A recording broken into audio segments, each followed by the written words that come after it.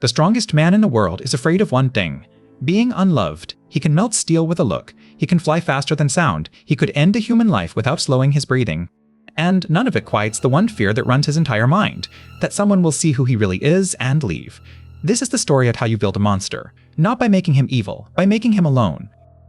Before we open this file, you need to understand the world he lives in. You don't need to have seen the show. By the end of this section, you'll know everything you need. The show is called The Boys. It runs on Amazon Prime, and since 2019, it's become one of the most talked about series on television. Here's the premise. Imagine superheroes are real. But imagine they are nothing like the ones you grew up with. In this world, superheroes are not noble. They are not chosen. They are a product, manufactured, owned, and sold by a giant corporation called Vought. Think about that word, product.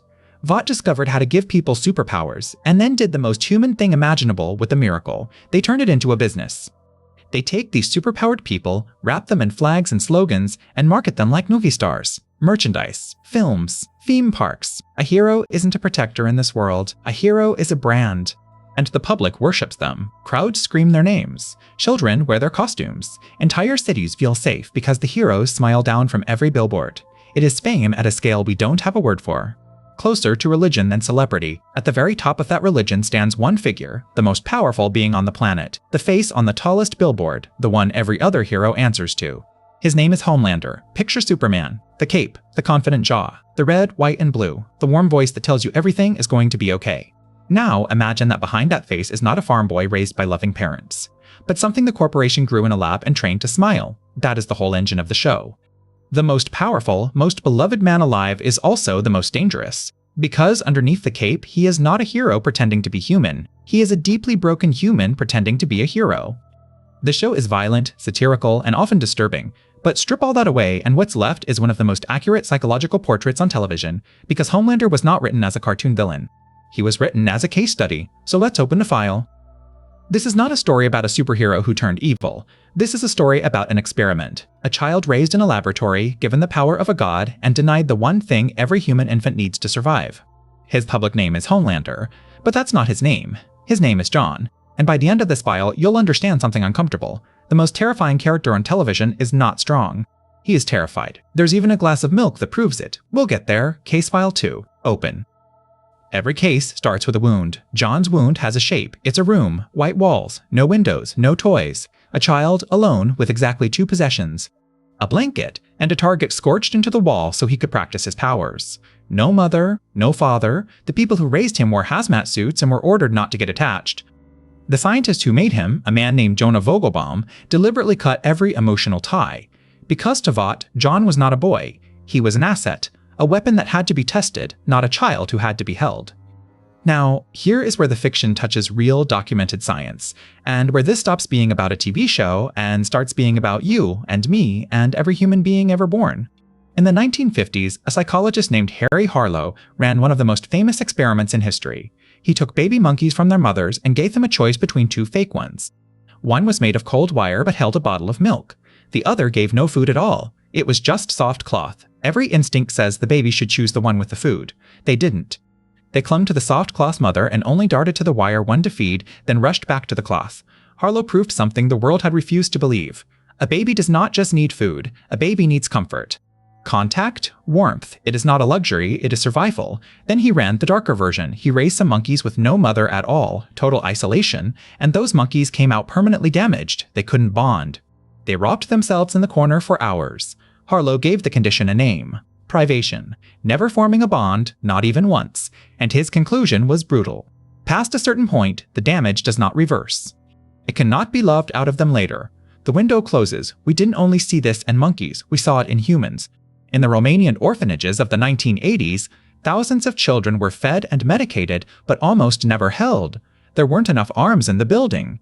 And those children showed the exact same wounds as Harlow's monkeys. Now go back to the White Room. John's blanket was his cloth mother. That is the whole wound, in one sentence. There was never anyone. And the show says it out loud. A Vought psychologist examined the boy and diagnosed him with isolation-induced depression. They wrote it down, they had the diagnosis in hand, and they kept going anyway. A child cannot survive believing that no one loves him because no one ever will. The mind will not tolerate that. So it does the only thing it can. It builds something to stand in the gap. It builds a mask. And Vought handed John the perfect blueprint, the flag, the smile, the cape, the cameras, the name, Homelander, America's son, the most loved man on earth. Watch what the mask does for him. When he steps on stage, when the crowd roars, when a stadium chants his name, for a few seconds the wound goes quiet. That roar is the closest thing to being held that John has ever felt. Worship becomes a substitute for love, but here is the tragedy built into that trade. Applause is a wire mother. It feeds him. It never holds him. It gives him the appearance of the thing he needs while withholding the thing itself. And just like Harlow's babies, John keeps rushing back to it because it's all there is, so the dose has to keep rising.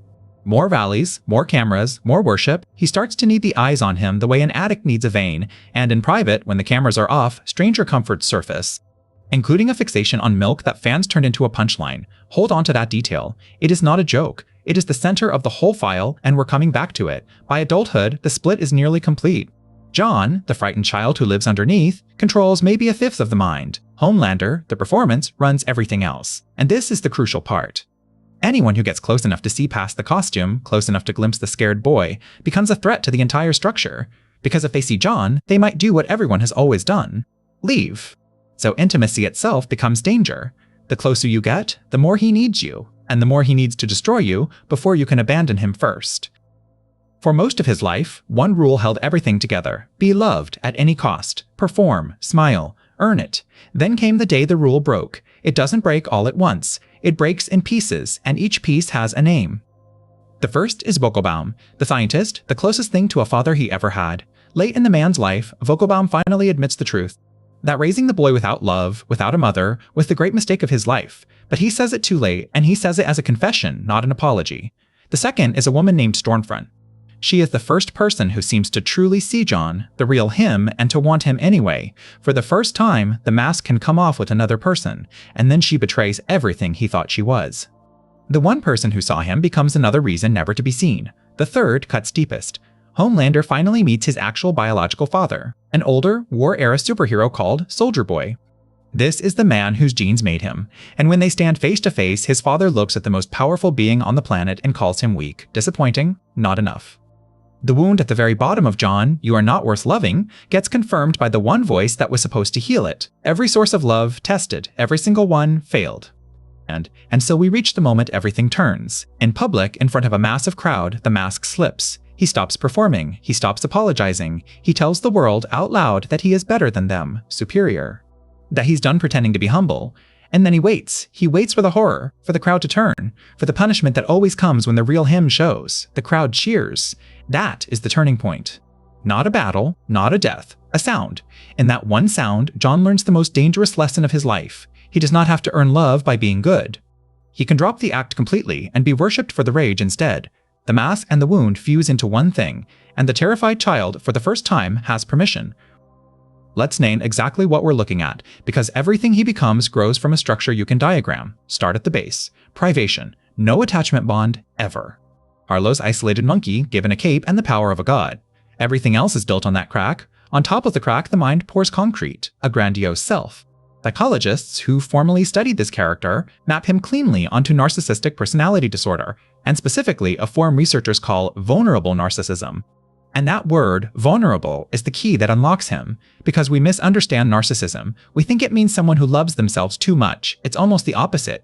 The grandiosity, "I'm the strongest," "I'm the best," "I'm above you," is not confidence. It is armor.